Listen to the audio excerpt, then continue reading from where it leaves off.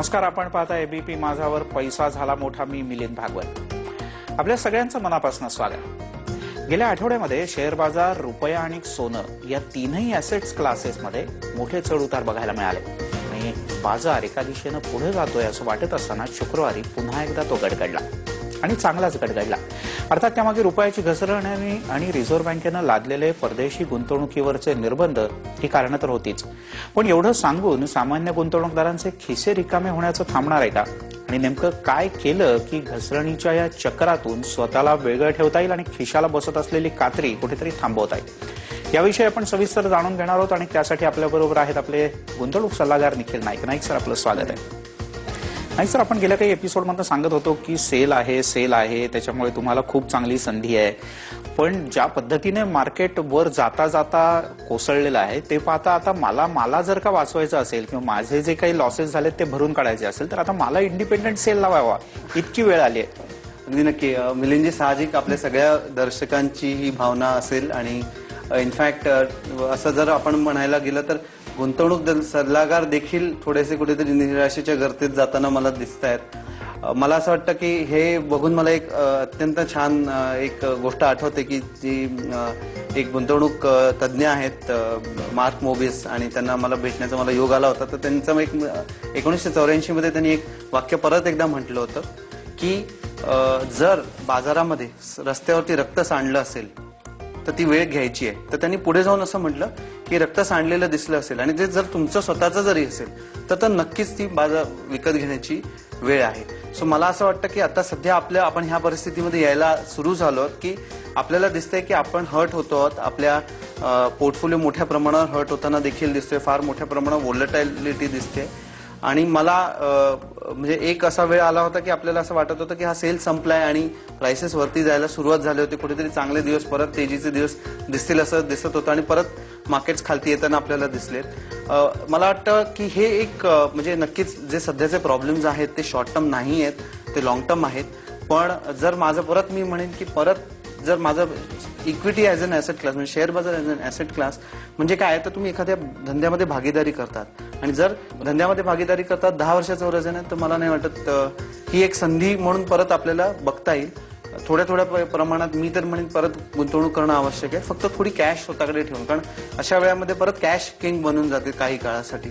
So cash ठेवून टप्प्याटप्प्याने परत गुंतवणूक करायला नक्कीच हरकत नाही, कारण बेस्ट डिफेन्स अशा वेळामध्ये परत कॅश किंग बनून जाते काही काळासाठी. सो कॅश ठेवून टप्प्याटप्प्याने परत गुंतवणूक करायला नक्कीच हरकत नाही, कारण बेस्ट डिफेन्स म्हणजे अटॅक असतो.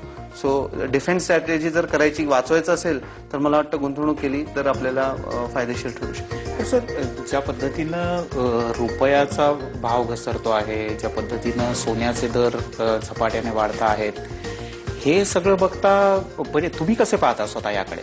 नक्कीच जर आपण रुपयाची घसरण बघितली चिंताजनक नक्कीच आहे. पण आपण एक लक्षात घेतलं पाहिजे की आपण भारतामध्ये व्याजदर साधारणतः 8 ते 9% आसपास राहिले आहेत नेहमी. परदेशी 2% आसपास राहिले. तर ह्याचा अर्थ काय आहे की जेव्हा 2% व्याजदर आहे याचा अर्थ तिकडे महागाईचा दर 3-4% आहे, आपल्याकडे 8-9% महागाईचा दर राहिलाय.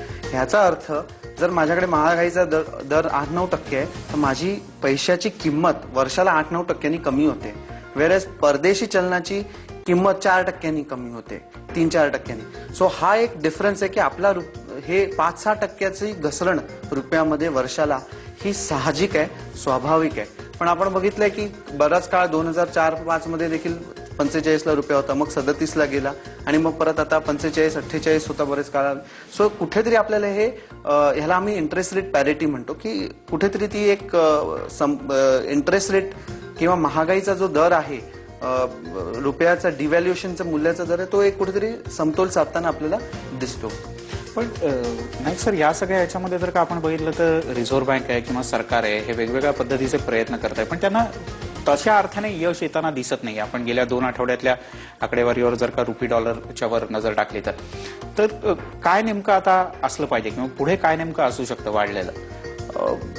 एक म्हणजे 2 गोष्टी आहेत की सरकार त्यांचे प्रयत्न करत राहतील, आरबीआय त्यांचे प्रयत्न करत राहतील आणि ज्या काही प्रकारचे म्हणजे ते सगळ्या प्रकारचे प्रयत्न करताना आपल्याला दिसतंय. काही तज्ञांचं म्हणणं आहे की हे केवळ तात्कालिक असे मेजर्स घेत आहेत. लॉंग टर्म मेजर्स जे एफडीआयला ओपन करणं करायला हवं होतं किंवा बिझनेसेसना चालना द्यायला हवी होती, हे आधी करायला हवं होतं असं काही तज्ज्ञांचं म्हणणं आहे. मी अग्री करतो काही आर्ग्युमेंट्सना आणि काही ठिकाणी मी नाही करत. मला असं वाटतं की आपण ऍज अ गुंतवणूकदार आपण फार छोटे आहोत, त्यामुळे आपण काय विचार केला पाहिजे तर ह्यातनं मी कसा बेनिफिट होऊ शकतो हे आपण बघितलं पाहिजे. ह्या सिच्युएशन मधनं जसं तुम्ही म्हणाल की मी कसं वाचावं हे जर आपण ऍड्रेस करायला सुरुवात केली तर मला वाटतं फार उत्तम होईल. आणि मार्क ट्वेन म्हणतात खूप छानरित्या की you need only 2 things to be successful. जर तुम्हाला यशस्वी व्हायचं आहे तर 2 गोष्टी पाहिजेत, एक कॉन्फिडन्स आणि दुसरं इग्नोरन्स. म्हणजे जास्त ज्ञान जर आपण खोलात जर एखाद्या गोष्टीत गेलो तर आपण जास्त निराश होऊ आणि एखादी गोष्ट म्हणजे एखाद्या गोष्टीवरती अंमलबजावणी नाही करू शकणार. नक्की. आणि सर आणखीन एक प्रश्न मला खूप उत्सुकतेनं विचारायचा आहे आणि तो स्वाभाविकपणे सगळ्यांच्याच डोक्यात असेल की ज्याचा तुम्ही उल्लेख केलात की सरकार प्रयत्न करताय पण कुठेतरी असं वाटतं का की ज्या पद्धतीची पॉलिटिकल स्थिती आहे, एक वेगळ्या प्रकारची इन्स्टेबिलिटी राज्यापासून केंद्रापर्यंत सगळीकडे, त्याचा हा परिणाम असू शकतो का आणि म्हणून सरकार कठोर निर्णय घेत नाहीये का? आणि गुंतवणूकदारांनी इथून पुढे नेमकं काय डोळ्यासमोर ठेवावं, ह्या 2 प्रश्नांची उत्तरं तुमच्याकडनं जाणून घेतली. एक छोटासा ब्रेक घेऊया. पाहत राहा पैसा झाला मोठा.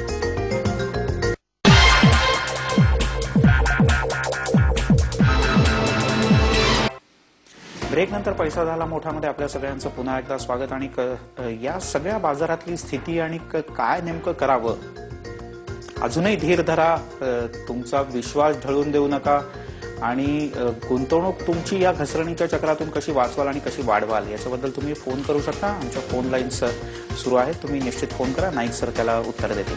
नाईक सर, जसं आपण ब्रेकवर जाण्यापूर्वी म्हणत होतो की राज्यापासून केंद्रापर्यंत इतकी अनस्टेबिलिटी आहे, फूड सिक्युरिटी बिल काय होणार त्याच्याबद्दल काही खात्री नाही, अशा सगळ्या याचा परिणाम आहे की सरकार काही ठोस, आग्रही, आक्रमक किंवा लॉंग टर्म अशा प्रकारचे निर्णय करत नाहीये.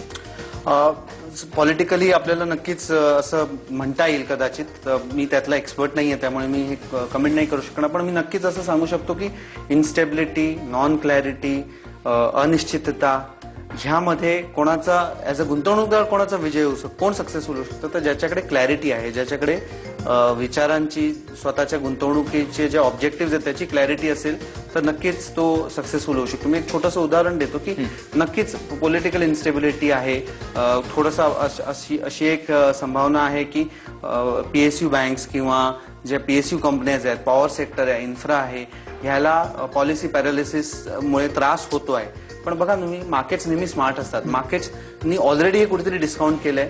गेल्या काही काळामध्ये त्या मार्केट्सनी त्या कंपन्यांना पनिश देखील केलेलं आहे. पनिश देखील प्राइसच्या हिशोबाने त्यांना पनिश देखील केलंय. तर ऍज अ गुंतवणूकदार मी काय करायला पाहिजे, तर मी अशा कंपन्यांपासून, अशा सेक्टरपासून काही काळासाठी दूर राहिलं पाहिजे. मात्र सध्याच्या काळासाठी मला असं वाटतं की ज्या कंपन्यांना च्या अर्निंग्सवरती सरकारच्या पॉलिसीचा थेट परिणाम आहे त्यांना थोड्या कालावधीसाठी अवॉइड करणं आवश्यक आहे आणि नक्कीच त्याचा म्हणजे बेनिफिट होऊ शकतो. आणि तुम्ही बघितलंय की ज्यांच्यावरती नाही आहे, म्हणजे सॉफ्टवेअर कंपन्या समजा आपण एका अर्थाने बघितलं आणि मॅनेजमेंट व्यवस्थित आहे, गिव्हन मॅनेजमेंट व्यवस्थित आहे, बाकी सगळे पॅरामीटर्स व्यवस्थित आहेत, तर त्यांचे प्राइसेस वाढलेत कारण पैशाचा ओघ त्या कंपन्यांकडे जाताना दिसतोय. कंपन्या त्यांना प्रीमियम जास्त देताना दिसत आहेत. त्यामुळे आपण देखील हाच विचार लक्षात घेतला पाहिजे की जर तुम्हाला वाटतं की पॉलिसी पॅरालिसिस आहे त्यामुळे मी शेअर बाजारात गुंतवणूक करत नाही, हे थोडंसं चुकीचं ठरू शकतं.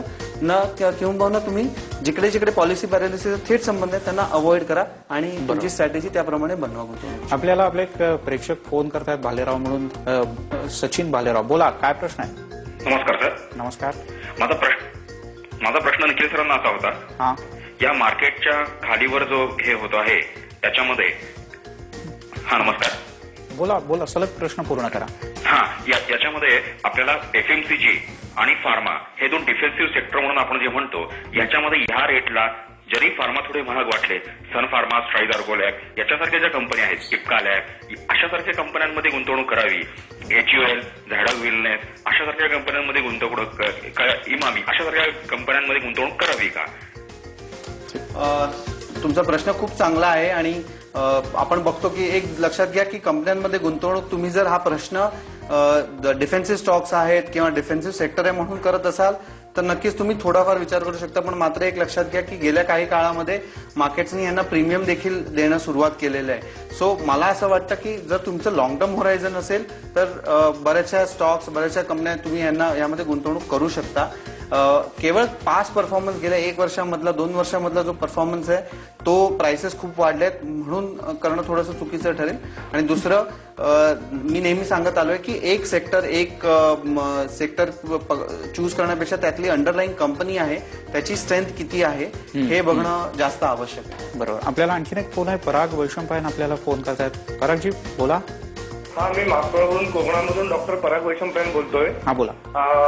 मार्केट चिकार सुसाट आपटते. माझ्यासारखा 35 वर्षाचा तरुण गुंतवणूकदार आहे आणि माझे काही न्यू पेन्शन स्कीम आणि काही प्रकारच्या म्युच्युअल फंड मध्ये पण SIP चालू आहे. खूप वेळा अशी भीती वाटते की हे आपले इन्कम खाली तर जाणार नाही ना, पण समहाऊ मला असं जरूर, मी निखिल नाईक सरांचा खूप मोठा प्रशंसक आहे. मला असं वाटत असतं की नाही, भारतीय इकॉनॉमी हा याच्यातून पण दुष्टचक्रातून बाहेर पडेल. आणि माझ्यासारखा माणूस जेव्हा 60 वर्षाचा होईल तेव्हा मला उत्पन्नासाठी जी न्यू पेन्शन स्कीम गव्हर्नमेंटची आहे ती काही ठिकाणी PPF मध्ये पण इन्व्हेस्टमेंट करायचा प्रयत्न करतो किंवा काही प्रकारच्या SIP म्हणून माझ्या आणि पत्नीच्या चालू आहेत. तर माझा प्रश्न असा आहे की शेअर मार्केटमध्ये जेव्हा स्पेसिफिकली काही वेळा भेल कंपनी खाली जाते किंवा आता म्हणजे काय भेलमध्ये आमचं खूप नुकसान झालंय. 190 वरून 108 वर्षांपर्यंत शेअर होता. तर पण माझा प्रश्न असा आहे की NPS सारखी जी स्कीम आहे जी मला खूप आवडते पर्सनली, कारण ती थोडीफार सिक्युरिटी पण देत असते आणि थोडंफार गव्हर्नमेंटचा पण एक्सपोजर, म्हणजे शेअर मार्केटचा पण एक्सपोजर देत असते.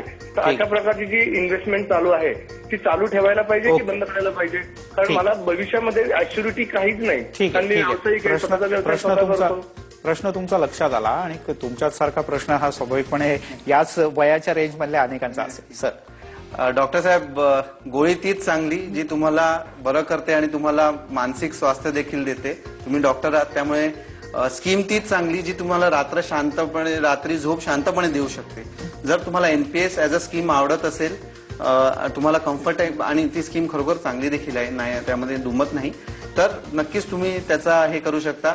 शेअर बाजारातली चढ उतार तुम्हाला अस्वस्थ करत असेल, एक लक्षात घ्या की NPS आणि भेल किंवा तुम्ही जो कोणी स्टॉक बघितला त्यामध्ये फरक काय आहे.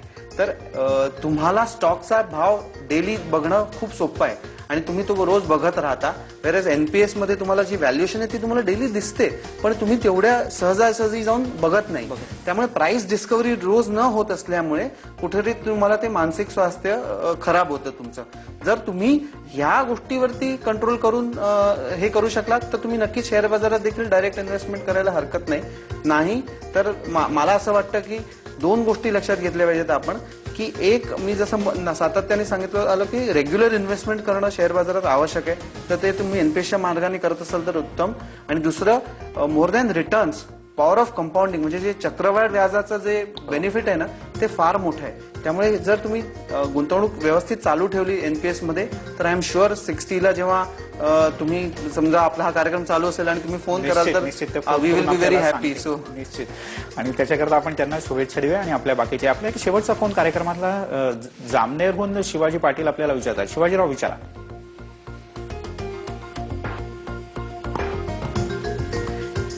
शिवाजी पाटील, आवाज पोचतोय माझा? त्यांचा आवाज पोचू शकत नाही. सर, अगदी शेवटचा काही 1 मिनिटाचा कालावधी सुद्धा आपल्याकडे नाहीये कार्यक्रमात. काय सांगाल तुम्ही दिलासादायक शेवटची गोष्ट? नाही, मला असं वाटतं की मार्केट खूप पॅनिक सुरू आहे आणि ह्यामध्ये आपण आपली क्लॅरिटी ठेवली पाहिजे. मी सातत्याने सांगत आलो की टोटल पिक्चरकडे बघा. आणि आपण म्हणतो की शेअर बाजारात माझं 50% नुकसान झालं असेल, समजा 20%, 50% नुकसान झालं, पण ते तुम्ही तुमच्या टोटल गुंतवणुकीचे 2च रुपये शेअर बाजारात आहे, तुमचं किती नुकसान झालंय. सो मला वाटतं की जेव्हा सगळे लोक घाबरत असतात तेव्हा तुम्ही थोडंसं कॉन्फिडंट आणि थोडंसं अग्रेसिव्ह व्हायला पाहिजे.